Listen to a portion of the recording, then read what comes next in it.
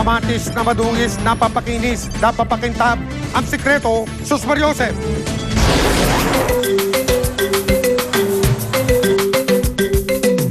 Mamula-mula, makintab, mukhang sariwa.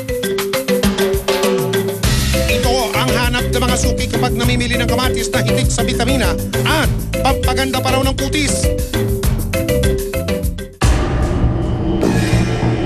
Pero teka, kailangan talasan para ang inyong mga mata dahil ang ilang kamatis daw sa palengke, retokado pala.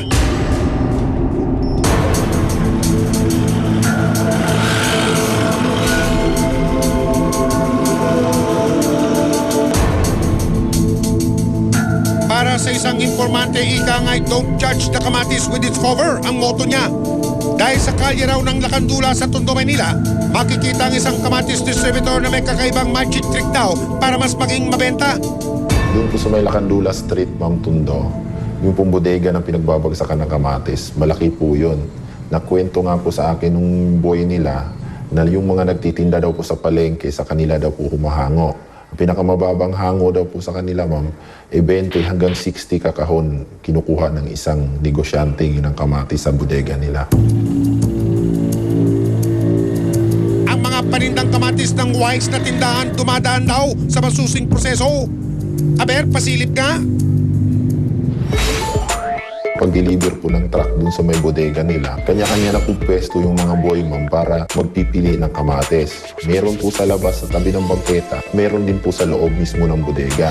Pagkabuhos po nila dun sa may bilao, ma'am, binubuhos po nila yung kamatis. Iba-iba po ang size at iba-iba din po yung kulay. May kulay green at saka may kulay red po. At nilalagyan daw ng magic formula.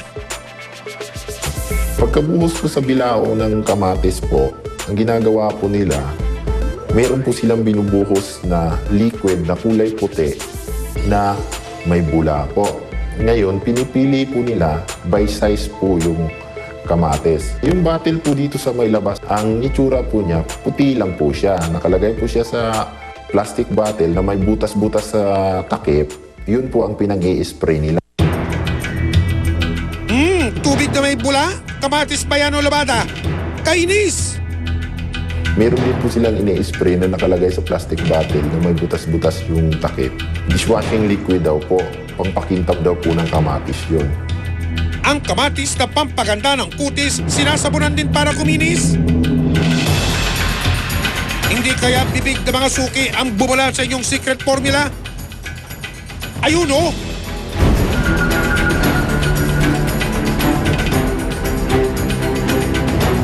At kung makapagbuhos ng magic liquid itong isang tauhan, parang nagdidilig lang ng halaman.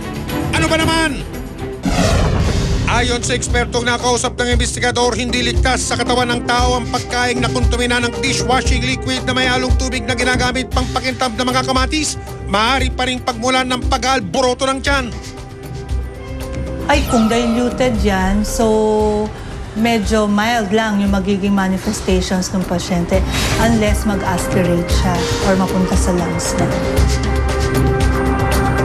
Naku po, may peligro na nga sa kalusugan ng kakaibang paglilinis ng kamatis.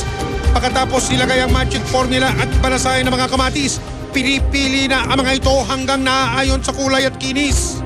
Wow! May quality control pa pala, ha? Pinipili na po nila by size. Meron pong large, may medium, at may small po. Mahal po yung large, sumunod po yung medium, at saka yung small. At meron din po silang pinakamura, ma'am, yung reject kung tawagin daw po. Sa pagpili ng mga kamatis, mga kamay ay kay bilis. Kanya-kanya ang paghagis. At tsaran! Ready for pick-up na sila.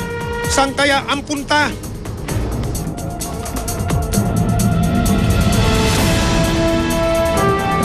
Ang isang parokyano umano ng kamatis diretso sa palengke ng Divisoria.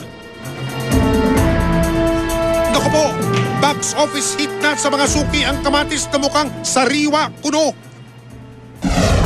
Habang ang isa naman nasundan ng investigador sa Balintawak Market.